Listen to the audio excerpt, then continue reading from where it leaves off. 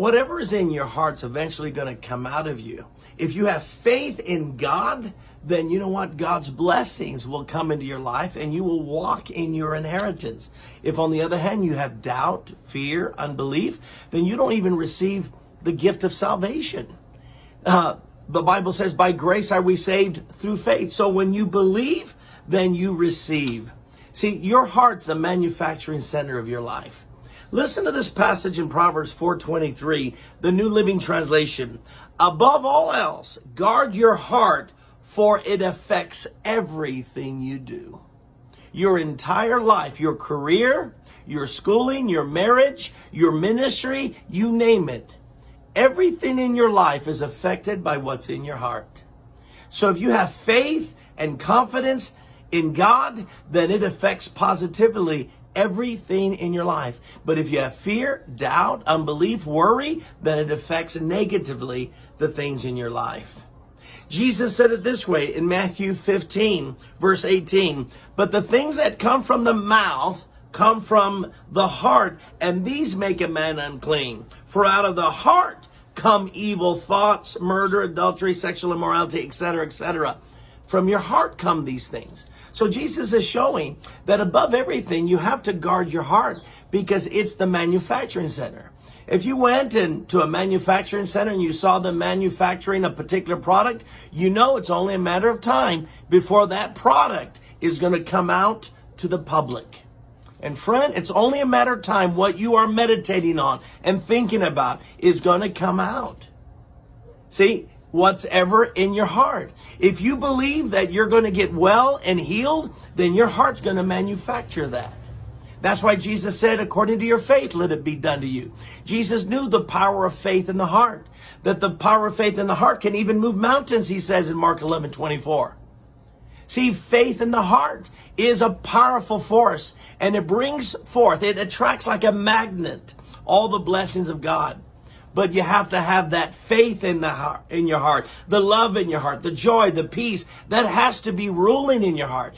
Is that what's ruling in your heart, friend? Jesus said it in another place in Luke chapter 6, verse 42. The good man brings good things out of the good stored up in him, and the evil man brings evil things out of the good stored up in him. For out of the overflow of the heart, the mouth speaks. And how do you know what's in the heart? It's what you're saying.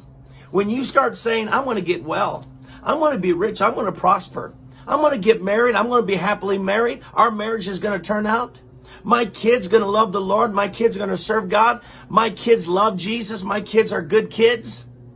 See, when you declare my church and ministry is growing, it's prospering, people like to hear me preach. See, if you say that as a minister, you're attracting that kind of blessings in your life. Because out of the heart, your mouth's can't help but talk. And some of you're talking trash. Well, I'll never get well. I don't know. The doctor said I'll never recover. My marriage will never improve. I don't know why I even married this jerk.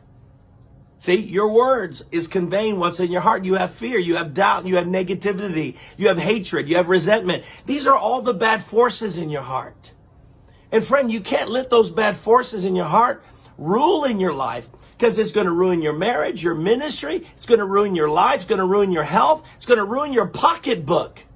You can't be talking poverty and say, well, I never get ahead. Here in Africa, we never get rich. It's everyone in America gets rich, but not us here. Well, see, that you're producing it.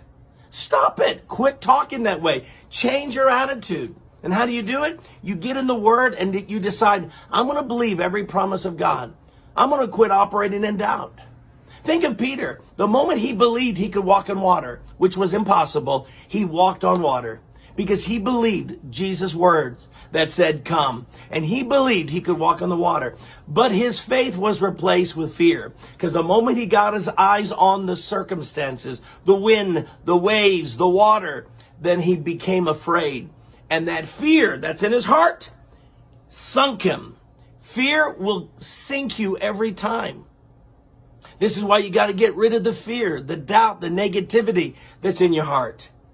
And get your eyes on Jesus. Get your eyes on an omnipotent God in which nothing is impossible for him. So I urge you, friend, start manufacturing the right things in your heart. Get in the Word and let the Word produce faith and hope and love and goodness. Let it produce holiness in you. And when you do, your heart's going to produce that in your life.